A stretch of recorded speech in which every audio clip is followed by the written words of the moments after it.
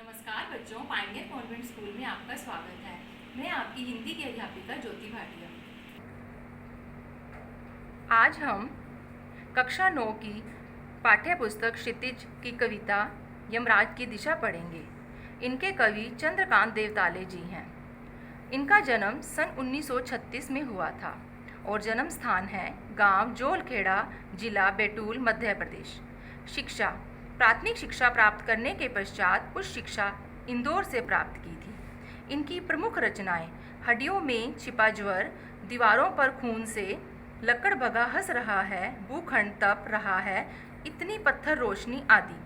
श्री देवताले जी की कविता का सीधा संबंध गांवों, कस्बों और निम्न मध्य वर्ग के जीवन से है। कवि को समाज में फैले भ्रष्टाचार, बेईमानी आदि के प्रति गहरा आक्रोश है। आक्रोश मतलब गुस्सा है। अब हम कविता का सार करेंगे।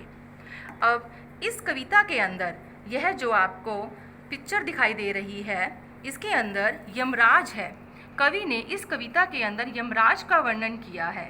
कवि को अपनी बचपन की बात याद आती है। बचपन में उनकी माँ ने उनको एक बार कहा था कि कभी भी दक्षिण दिशा की तरफ पैर करके नहीं सोना चाहिए, क्योंकि कवि की माँ अंधविश्वासी थी और भगवान के प्रति उनकी बहुत विश्वास था, बहुत आस्था थी उनकी। और उन्होंने उनको कहा था कि कभी भी दक्षिण दिशा की तरफ पैर करके नहीं सोना चाहिए, क्योंकि दक्षिण दिशा का मृत्यु के देवता का निवास स्थान है। यहाँ इस दिशा में मृत्यु के देवता रहते हैं, मतलब यमराज रहते हैं। अगर हम दक्षिण दिशा की तरफ पैर करके सोते हैं तो यमराज हमें लेने के लिए आ जाते हैं और हमारी मृत्यु हो जाती है। लेकिन कवि कहते हैं, जब मेरी माँ ने मुझे समझाया था तब समय और था, आज समय में बहुत परिवर्तन आ चुका है। आज सिर्फ दक्षिण दिशा ही मृत्यु की दिशा नहीं रह गई है। आज सभी दिशाएं, बाकी सभी दिशाएं जैसे पूर्व दिशा, उत्तर दिशा, दक्षिण दिशा, सिर्फ दक्षिण दिशा ही मृत्यु की दिशा नहीं है। सभी दिशाओं में ही बुराइयां फैली हुई हैं। कहीं से भी इंसान की मृत्यु हो सकती है। इंसान चारों ओर से संकट से घिरा हुआ है। जैसे उत्तर दिशा में या पूर्व दिशा में या पश्चिम दिशा में अत्याचार, चोरी, गुंडागर्दी, लूटमार, हिंसा, छेड़छाड़, डकैती, भ्रष्टाचार, शोषण हो रहा है, लड़ाई झगड़ा हो रहा है।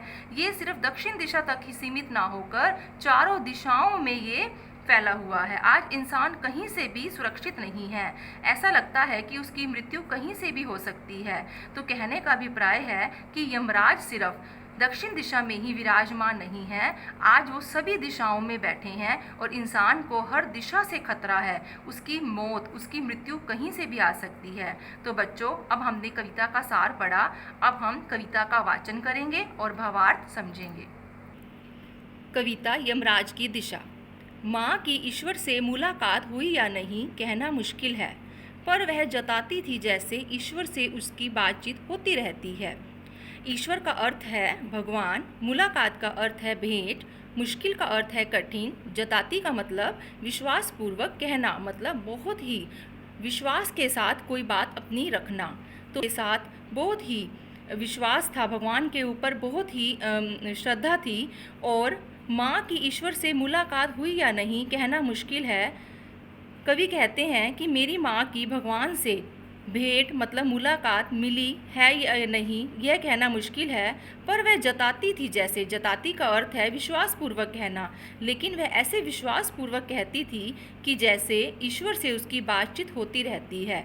इसका अर्थ है कि जैसे वह प्रतिदिन भगवान से मिलती है और भगवान के साथ उसकी बातचीत होती है, उसकी मुलाकात होती है और उससे प्राप्त सलाहों के अनुसार, सलाह का अर्थ होता है राय, और उनसे, भगवान से, जो भगवान उनको सलाह देते हैं उसी के अनुसार ही वह अपना जीवन जीती थी। जिंदगी जीने और दुख बर्दाश्त करने के, बर्दाश्त का अर्थ होता है सहन करना, उसे अपनी जीवन जीना और जीवन में आने वाले जो दुख आते थे उनको वह सहन भी कर लेती थी, क्योंकि वह भगवान की सलाह के अनुसार ही चलती थी और उन्हीं सलाह के अनुसार ही वह अपने जीवन जीने के रास्ते भी खोज लेती थी। रास्ते का अर्थ होता है कि जैसे जीवन जीना। तो कवि ने हमें इस पहरे के अंदर यह बताया है कि भगवान का हमारे ऊपर बहुत विश्वास होता है। उसी प्रकार कवि की माँ का भी भगवान के ऊपर बहुत विश्वास था, लेकिन पता नहीं अब भगवान का माँ के साथ मुलाकात होती थी या नहीं होती थी, लेकिन वह बताती ऐसे थी कि जैसे रोज़ उसे प्रतिदिन भगवान मिलते हैं। माँ ने एक बार मुझसे कहा था, दक्षिण की तरफ पैर करके मत सोना, क्योंकि वह मृत्यु की दिशा है। कवि कहते हैं कि एक बार मेरी माँ ने बचपन में मुझे कहा था, तब मैं बहुत छोटा था, कि कभी भी दक्षिण की तरफ पैर करके मत सोना, दक्षिण दिशा की तरफ पैर करके मत सोना, क्योंकि वह मृत्यु की दिशा है। अगर हम दक्षिण की तरफ पैर करके सोते हैं तो हमारी मृत्यु जल्दी आ जाती है, और इस दिशा में यमराज रहते हैं, क्योंकि यह मृत्यु की दिशा है। और यमराज को क्रुद्ध करना, क्रुद्ध का अर्थ होता है क्रोधित करना या गुस्सा करना, और यमराज को गुस्सा दिलाना बुद्धिमानी की बात नहीं है। बुद्धिमानी का अर्थ है समझदारी। अगर हम दक्षिण दिशा की तरफ पैर करके सोते हैं तो इससे यमराज जो है गुस्सा हो जाते हैं और हमारी मृत्यु जो है जल्दी आ जाती है। और यमराज को क्रोधित करना कोई समझदारी की बात नहीं है। जैसा मेरी माँ ने मुझे कहा था, मैंने वैसा ही किया। मैं कभी भी दक्षिण की तरफ पैर करके नहीं सोया। तब मैं छोटा था और मैंने यमराज के घर का पता पूछा था।